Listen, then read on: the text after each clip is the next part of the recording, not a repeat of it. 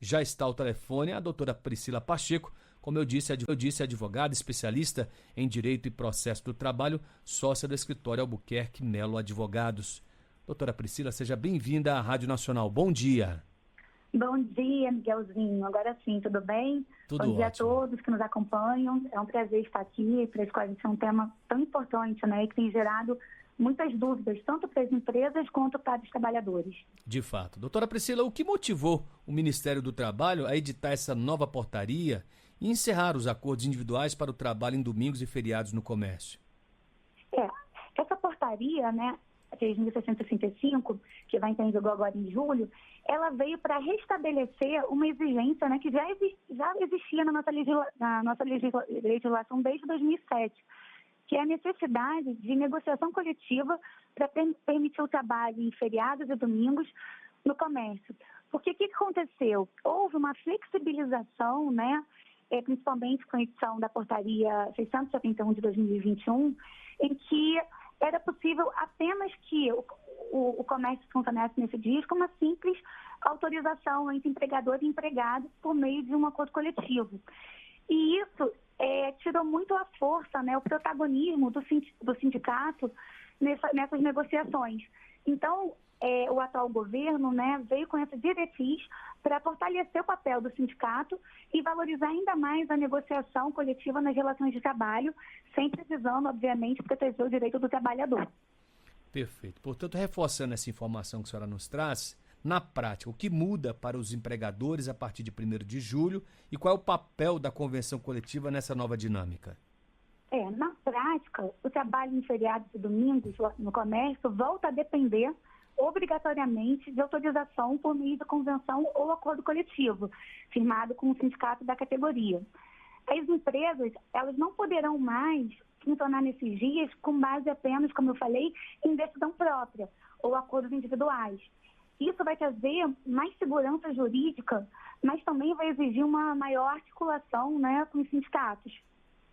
Perfeito. Muitas empresas, inclusive, já operam com base em acordos individuais. O que elas devem, então, fazer agora para se adequar a essa nova norma?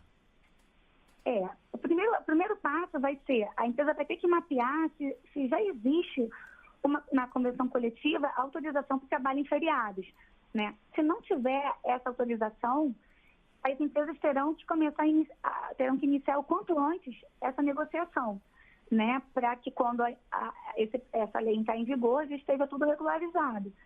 E, além disso, vai ter que verificar a existência de uma lei municipal autorizando esse funcionamento, porque não basta apenas ter previsão na convenção coletiva, né?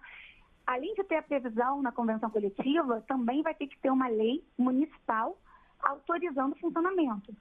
E, além disso tudo, sugerimos também que essas empresas comecem a revisar as escalas, as jornadas dos empregados. Muito importante também que comecem a preparar as equipes de RH, a liderança sobre essas mudanças, né, para manter tudo dentro de uma legalidade. Doutora Priscila, e as empresas que operarem em feriados sem essa convenção coletiva, elas estarão sujeitas a penalidades específicas? Se a empresa descumprir, né, obviamente os trabalhadores não vão perder direito, porque eles vão poder entrar na justiça questionando isso. Mas as empresas que descumprirem isso estarão sujeitas a fiscalizações pelo Ministério do Trabalho, né? Correrão risco dos empregados judicializarem, entrarem na justiça, questionando o pagamento em dobro desses dias, o pagamento de indenizações e até mesmo que o Ministério Público ajuize uma ação civil pública, né? Então, esse seria o impacto jurídico imediato para as empresas que eventualmente descumprirem a nova portaria?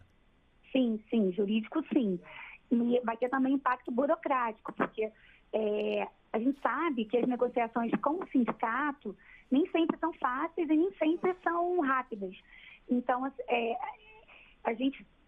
se não houver uma razoabilidade, né, nesse tipo de negociação, se não houver uma flexibilidade, tanto por parte das empresas quanto em relação aos sindicatos, o impacto também vai ser burocrático, porque é importante que tenha essa negociação aberta com o sindicato e que não tenha empecilhos, né? Então, acredito que não vai ser só as consequências jurídicas, mas também uma maior burocracia no sentido de conseguir essa autorização. Entendo. A propósito, essa portaria impacta todos os segmentos do comércio de forma igual ou há exceções, doutora? Não, todo comércio, os setores de comércio e serviços vai impactar, pode ser pequena empresa, grande empresa. Só não vai impactar o que a gente chama de setor essencial, né? Que é saúde, a segurança, energia, porque esses setores, por serem essenciais, já possuem autorização para funcionar independentemente dessa portaria. Elas podem continuar funcionando normalmente. A senhora mencionou em relação à legislação municipal ou estadual. Quais são os cuidados que as empresas devem ter em relação a essa legislação? É basicamente verificar se existe legislação municipal autorizando, né? Isso já já é previamente autorizado ou não. Se funcionar, não tendo autorização na convenção coletiva, mas se não tiver autorização dessas leis municipais, e aí cada localidade vai ter que verificar se existe mesmo essa autorização na lei municipal, na verdade vai ter que ter duplo controle, né? Tanto da lei municipal quanto da negociação coletiva. Não basta ter só um requisito e não ter o outro. E em relação à autorização da lei municipal, a empresa só vai ter o cuidado de verificar se naquele dia já tem autorização para funcionar. A partir da vigência dessa norma, o empregado que for escalado para trabalhar em domingos ou feriados, mas ainda não há essa, digamos, concordância por parte do sindicato, o que ele deve fazer, doutora? Ele pode se negar a trabalhar. Se não tiver autorização, ele pode. Mas se já tiver autorização, ele não vai poder se negar a trabalhar. O que ele pode fazer é fazer denúncias para o Ministério do Trabalho de que aquele estabelecimento está funcionando de forma irregular e sem autorização. Então, a gente até sugere que os empregados façam isso, que vai ser um duplo controle na fiscalização. Mas a partir do momento em que há essa autorização, ele vai ter que trabalhar, obviamente sendo respeitado, que a lei já prevê, né, que tem que ter um descanso semanal remunerado uma vez na semana e tem que recair em um domingo no mês. Mas o que a gente orienta se tiver em situação irregular o estabelecimento, que os empregados denunciem. Pode ser de forma anônima, não tem problema. Doutora Priscila, a senhora acredita que existe um risco de aumento no número de ações trabalhistas após a entrada em vigor dessa portaria? Eu não sei se vai refletir exatamente na quantidade de ações, porque essa regra já existe, tá? Qualquer empregado que trabalhe domingos e feriados, ele tem que ter uma folga compensatória ou receber em dobro. Então, isso já está na lei. O que vai acontecer é que vai ter uma maior proteção para o empregado, pois ele não vai ser mais coagido ou não vai ser mais permitido que uma loja ou um estabelecimento funcione simplesmente porque ela quer um acordo unilateral entre empresa e empregado. Então, isso vai ser mais fiscalizado, né? E vai ser mais burocrático para a empresa. Mas em relação ao aumento, eu acredito que não, porque isso já existe na lei. O que vai acontecer é que com a entrada em vigor dessa nova portaria, certamente os empregados terão mais benefícios, porque quando a empresa negocia uma convenção coletiva, ela não vai negociar apenas a autorização nos domingos e feriados. Vai ser negociado outros assuntos e certamente o sindicato vai negociar outros benefícios para o empregado. Por exemplo, aumentos no vale alimentação, algum pagamento de bônus. Então, tudo isso vai causar um certo benefício, né, econômico para o empregado. Mas a gente sempre alerta que esse tipo de negociação tem que ser feito com muita razoabilidade, né? Tem que se proteger, sim, os direitos do empregado, mas tem que ter uma razoabilidade para que esse custo não acabe impactando o produto final, né? Que o consumidor não seja impactado com uma falta de razoabilidade nas negociações e que vai fazer com que esse custo seja repassado para o consumidor que consome o produto final. É verdade. Até porque também, doutora, pode haver um certo impacto, né? E tem que ser respeitado algumas datas comerciais importantes, como o Black Friday, o próprio Natal, né? Então essa mudança, de alguma forma, também tem que ser observada com cautela para evitar até um impacto nas vendas nessas datas comerciais importantes, como eu disse.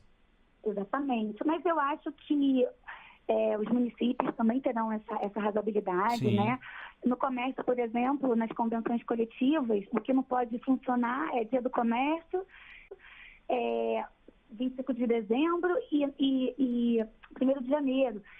Mas, assim, acho que os municípios vão ter toda boa vontade de não fazer nenhum tipo de restrição para o funcionamento nesses dias, né? Porque isso também movimenta a economia, né? Isso também beneficia o consumidor, que também o governo não quer prejudicar. Perfeito. Enfim, na visão da senhora, essa portaria representa um avanço nas relações de trabalho? Com certeza, com certeza. E eu nem digo que seja um retrocesso, porque muito, né, se discute muito se é um retrocesso, porque isso já tinha previsão na lei. Eu nem acho que seja um retrocesso. É um avanço, está sendo retomado, né, uma regra que já existia e que agora vai ser fiscalizado e que visa justamente proteger a relação de emprego, né, fortalecer o protagonismo do sindicato, sempre visando a maior proteção do direito dos empregados. De fato, e a gente percebe que com a entrada em vigor dessa nova portaria, as empresas do setor comercial, né, precisam rever suas práticas e reforçar o diálogo, né, doutora, com os sindicatos para garantir segurança jurídica e evitar sanções. Com certeza, o diálogo vai ser o ponto principal aí. Vai ser muito importante que as empresas mantenham um bom diálogo com o sindicato. Perfeito. E como a senhora também, nas entrelinhas, deixou claro aqui que o momento exige planejamento, capacitação e até atenção às normas coletivas e locais. É isso. Tem que ter sempre esse duplo controle. E assim a gente agradece a doutora Priscila Pacheco, advogada, especialista em Direito e Processo do Trabalho, sócia do escritório Albuquerque Melo Advogados, né, que gentilmente aceitou o nosso convite, nos esclarecendo esse tema que impacta diretamente milhares de trabalhadores e empregadores em todo o país, ficando o alerta, não é, doutora? Ignorar a nova regra pode custar caro, o momento é de adaptação consciente e de forma estratégica, respeitando aí ambos os lados. É isso.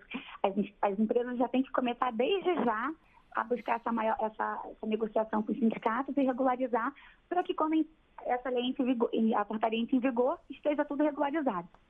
Doutora Priscila, obrigado pela gentileza de nos ter atendido mais uma vez. Até a próxima. Eu que agradeço. Obrigada.